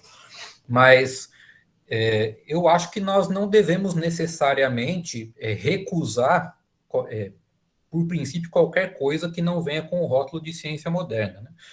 E acho até que nós, como cristãos, devemos estar preparados para encontrar acertos em outros lugares, tanto quanto para encontrar erros dentro do que é a concepção vigente, dominante de ciência aqui na nossa cultura, né? Nós sabemos, biblicamente, é fácil para nós entender que existe graça comum e existe depravação, né, efeitos noéticos do pecado em todo lugar. Né? Ser científico, no sentido moderno, não livra ninguém de cometer erros, assim como, né, não ser científico não impede que ninguém acerte. Então, foi só nesse sentido que eu quis dizer que, assim, existe uma equivalência, mas, obviamente, eu não estou dizendo que, por exemplo, a astrologia medieval é tão boa quanto a astronomia moderna. Não estou fazendo um juízo de valor, assim, global, entende? Ou que a física aristotélica é uma física tão boa quanto a mecânica quântica. Estou dizendo apenas que existem complementos aí que poderiam ser feitos e que não são muito fáceis da gente elaborar, né? Por isso que eu acho que eu citei alguns nomes aqui, né, de filósofos modernos que estão elaborando ainda categorias aristotélicas para responder a dúvidas, a questões levantadas pela ciência moderna, buracos, né, que a reflexão científica moderna não preencheu muito bem. Eu acho que esses caras estão fazendo um esforço notável, ainda que eu não seja um aristotélico e não acho que o conjunto do sistema que eles estão propondo também seja o melhor possível, né? Mas aí que a gente tem que ter a sutileza necessária para lidar bem com essas coisas sem necessariamente comprar brigas que não nos dizem respeito como cristãos, certo? Basicamente é isso. Mais alguém? Pronto, eu tenho uma pergunta rápida, mas assim, antes disso, deixa eu só voltar aqui uma pergunta do Nicolas, que passou despercebido, sobre aquela ideia inicial, André, que ele pergunta, né, da frase do Dobzhansky, de que nada na biologia faz sentido a não ser sob a luz da evolução. Depois do seu comentário, o Nicolas perguntou se essa ideia seria um certo cientificismo sutil, no sentido em que não há nada melhor na ciência que possa explicar de maneira mais satisfatória as evidências, então fica-se com essa ideia da evolução como essa melhor hipótese e essa melhor explicação. Eu acho que num certo sentido sim, né? Porque me parece que no contexto, quando essa frase foi dita, ele estava pensando mesmo no contexto do debate científico, né? Mas, num outro sentido, talvez não, porque ele... Como é que eu posso dizer isso? Eu penso que, assim, a ideia de cientificismo sutil, né, na maneira como eu utilizei aqui, diz respeito a atribuir à ciência moderna prerrogativas que, em tese, ela não tem, né, ou uma importância indevida. E, claro, se o autor da frase estava dizendo isso, é porque ele, de fato, acha que explicações científicas, dentro de certa concepção, né, do que é científico e do que não é, que a gente pode não concordar também, mas que é melhor ter explicações científicas do que não tê-las. Até aí, tudo bem. Eu posso não concordar com a explicação que ele prefere, mas dizer, legal, ele tem uma explicação científica aí. Eu posso não ter uma para concorrer com a dele, mas a questão é, eu posso conviver bem com isso, entende? Se eu tenho uma ruim ou nenhuma, eu prefiro ficar com nenhuma. Mas, nesse sentido, na medida em que ele acha que ele precisa ter uma explicação científica, aí sim, ou que uma explicação só por ser científica, mesmo que não muito boa, é melhor do que uma outra que é boa, mas não é científica, aí sim, se a intenção foi essa, eu diria que é um cientificismo até um pouco mais do que sutil aí. Mas, na medida em que ele está apenas criticando a insuficiência de teorias científicas concorrentes, né, aí eu não vejo muito problema. O problema é que, às vezes, assim, o pessoal evolucionista, às vezes, é muito dogmático nesse sentido, né, de dizer não só que aquela é a melhor explicação científica, mas também que é a única explicação científica, ou seja, qualquer alternativa que você proponha, ela é não científica por uma questão de princípio. Aí não tem jeito, né? Aí eles ganham por WO, porque não tem concorrência. Nos termos em que eles colocam as coisas, não se admite concorrência. Não há um debate científico possível, porque não há um adversário reconhecido como científico. E aí a discussão vai mais para o terreno filosófico. E, claro, aí a gente entra no que o Popper chamava, né, de critérios de demarcação. O que é ciência e o que não é. E, para mim, o que o Schurman falou aqui, né, no último slide que eu mostrei, é um desses terrenos em que o cristão pode divergir do secularista. Nós podemos ter uma concepção de ciência que não concorda com a concepção dessa outra pessoa. Então, mas assim, no terreno do critério de demarcação, né, a coisa fica muito complicada, porque exatamente na tentativa de dizer o que é ciência e o que não é, a gente vai, né, acabar colocando nossos preconceitos filosóficos e religiosos também na equação, mas às vezes negando isso, né? Esse aqui é o problema.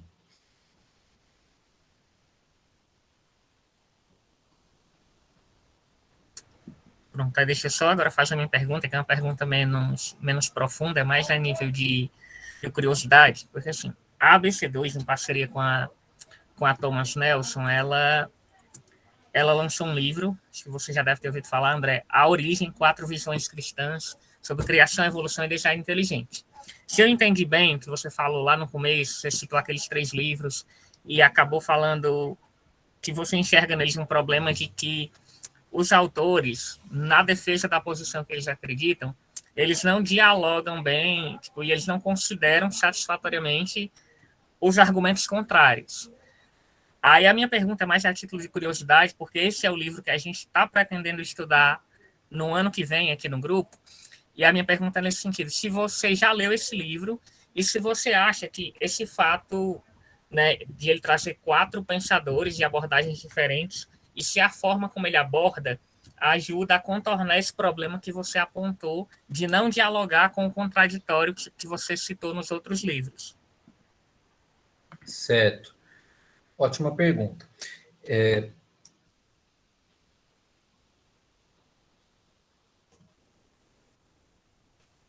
eu ver se eu acho um negócio aqui para mostrar para vocês. Mas a resposta é sim. Eu li esse livro.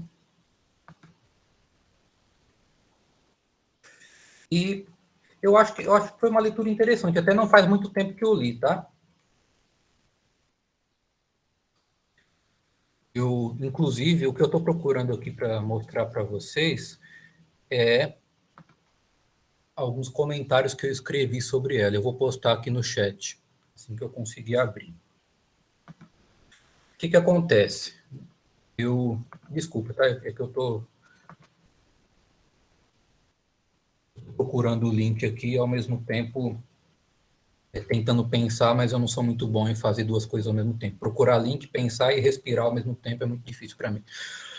Mas, enfim, eu coloquei um link aí, tá? Se vocês quiserem, acho que seria legal vocês darem uma olhada. O que eu fiz, né? Ao longo de eu passei algumas semanas aí lendo esse livro, eu li bem devagar, fiz uma porção de anotações e tal, e na medida que eu ia lendo, eu ia fazendo alguns comentários soltos no Twitter. No fim, eu fiz aí uns 35, 40 tweets a respeito desse livro. Depois que terminou, eu juntei tudo e publiquei aí na minha conta no Medium. Tá? Então, assim, ficou um formato meio estranho, são observações pontuais que eu fui fazendo ao longo da leitura sobre a conduta e os argumentos de cada um dos 4 autores, de maneira um tanto genérica, tá? Eu não me aprofundei nos detalhes, não. Eu acho que o Twitter não é o meio para isso. Mas eu resolvi fazer isso porque se um dia eu resolvesse, né, ainda não resolvi, mas se eu resolvesse um dia elaborar uma resenha mais decente desse livro, eu teria esse materialzinho aí como ponto de partida. E aí eu comecei a twittar, e aí alguns amigos se interessaram e pediram para eu publicar em algum lugar, aí eu botei aí, tá? Fica à disposição de vocês.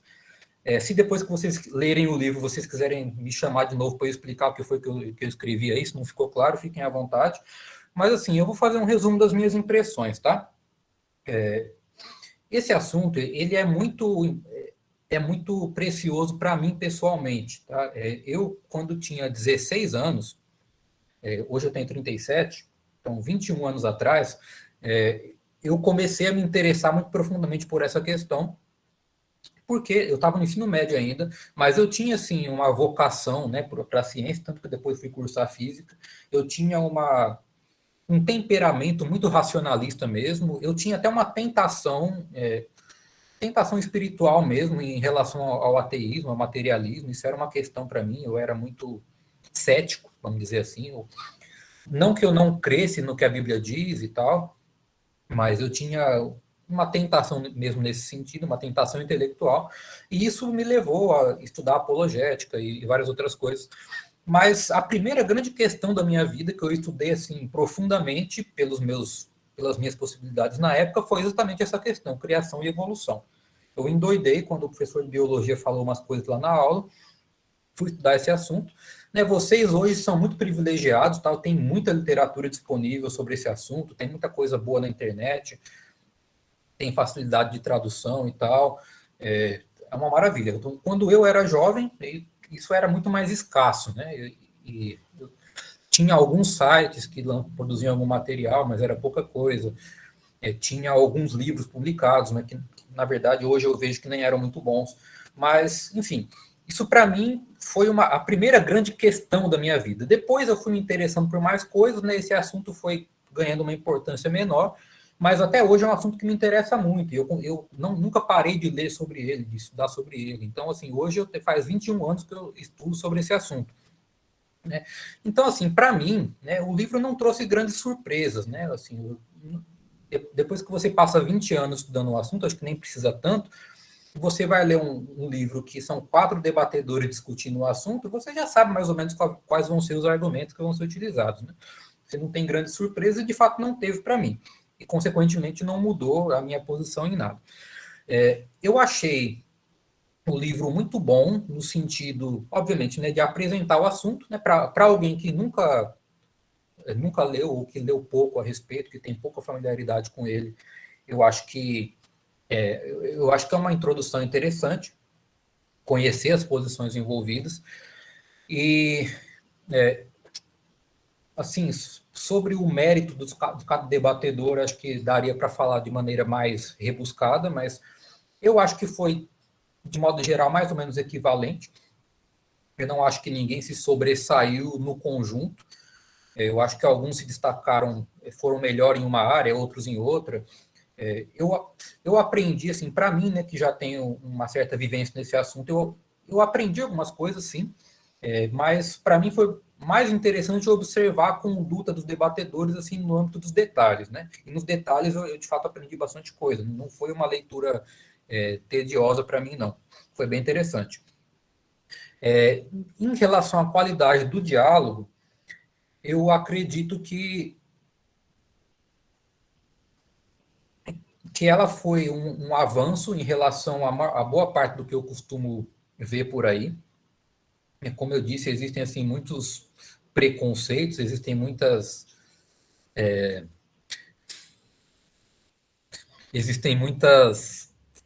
predisposições negativas e tal, de parte a parte aí em todos esses âmbitos.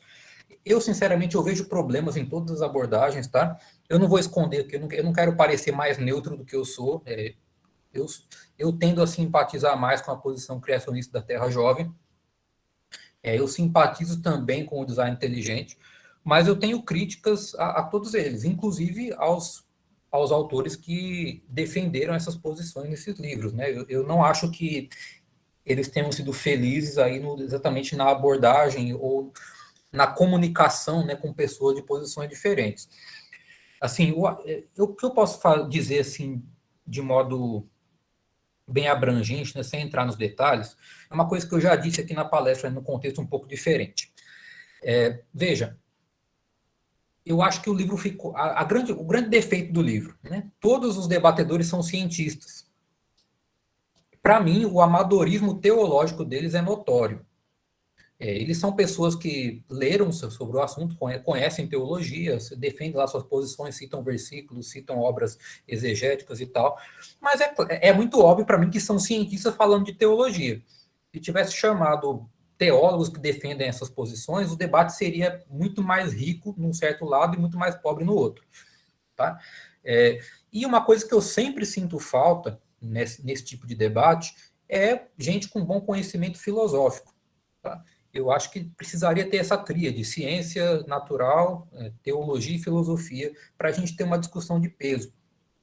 A minha sensação é que, pela falta de um bom discernimento filosófico da parte dos debatedores, muitos pressupostos, muitas daquelas coisas centrais que impedem que as pessoas cheguem no acordo, ficaram intocados. Tá?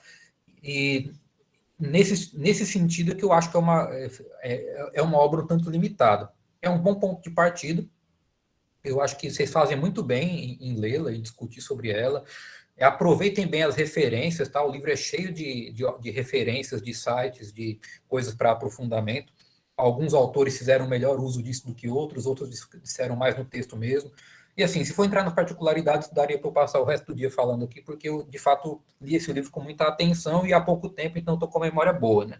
Mas assim, eu acho que é uma boa contribuição para a literatura disponível no Brasil sobre esse assunto. Realmente foi uma leitura legal. Mas eu também acho que tem todas essas limitações que eu falei, né? E elas são parte do problema, né? Que eu estou tentando, de alguma forma, dar uma contribuição aqui para que a gente avance nesse sentido. Porque, assim, aliás, só uma pequena observação, né? Isso é até dito na introdução do livro, que eu esqueci agora, eu acho que eu até tenho esse livro na estante.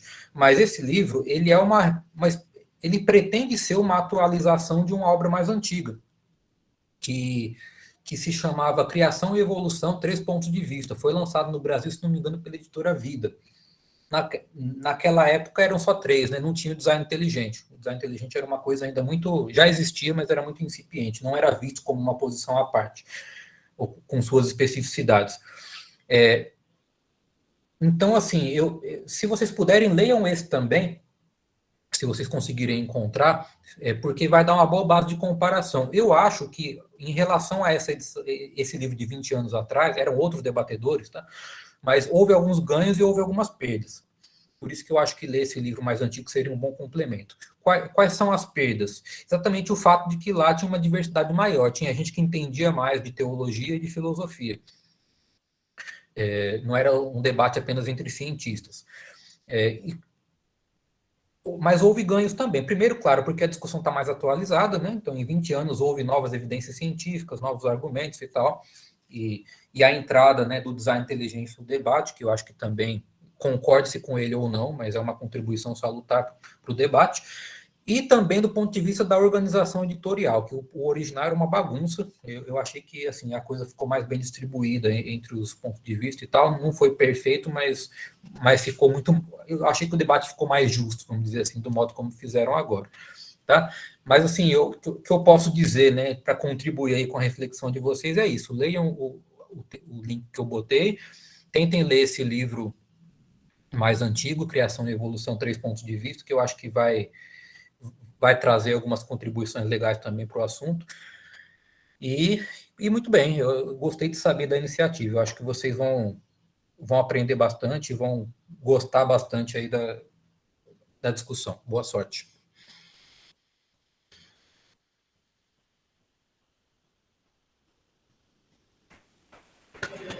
Então, acredito que com certeza a gente vai aproveitar ao máximo essas próximas leituras. Muito obrigado pelas suas contribuições também para as próximas leituras, né? Esses complementos e tal. E mais uma vez agradecer a sua presença, meu querido André. Muito obrigado por ter aceitado o convite. É muito bom tê-lo aqui conosco. Ouvindo o senhor falar aqui é sempre um presente. Acredito que não só para mim, mas para todos que estavam aqui. E estamos agora já partindo para os finalmente da nossa reunião. E também agradecer a todo mundo que esteve aqui presente, aos que saíram, que tiveram que sair também. Fica aí o agradecimento se ouvirem isso. E aos que estão aqui também, recebam aí um abraço fraterno. Muito obrigado pela presença de vocês. O nosso querido Júnior está mandando um abraço para a Norma em nome da ABC 2 de Sobral. Beleza, obrigado. Gente, foi muito bom, tá? Papear com vocês aí. As perguntas foram Muito inteligente. Ó, essas 3 meninas dançando aqui, elas são ex-ovelhas, tá? Porque eu falei que eu morei em Natal, né? Eu fui presbítero da igreja lá de Natal e tem esse pessoal lá que entrou aqui só para fazer bagunça na minha palestra. Que isso, Brincadeira. com certeza Ela deve ter prestado atenção agregaram também, valor. né? E espero que sim. Mas obrigado, meninas, amo vocês. Norma também. Gente, muito obrigado, tá? Eu gosto muito desses bate-papos. Fiquem à vontade para entrar em contato comigo aí, né? Eu estou disponível aí no Instagram, nas redes sociais, se precisarem de qualquer coisa, quiserem até papear mais pessoalmente mesmo, fiquem à vontade para me procurar. Eu sou muito ocupado, às vezes eu demoro para responder, mas eu respondo, tá? Construindo E boa amizade sorte sincera para com o André. vocês. Muito bom mesmo. Então, gente, finalizamos aqui nossa primeira reuniãozinha aqui especial. Graças a Deus pelo nosso grupo. Orem por nós, não esqueçam disso. E gratidão. É isso. Até a próxima. Quem quiser saber mais sobre o nosso núcleo ABC, temos nosso Instagram. Tem o site da ABC2. Muito fácil de acessar lá. Visitem o blog do André, conteúdos preciosos. E é isso. Até mais. Cheiro no Gente, cangote. boa noite a todos. Até a próxima.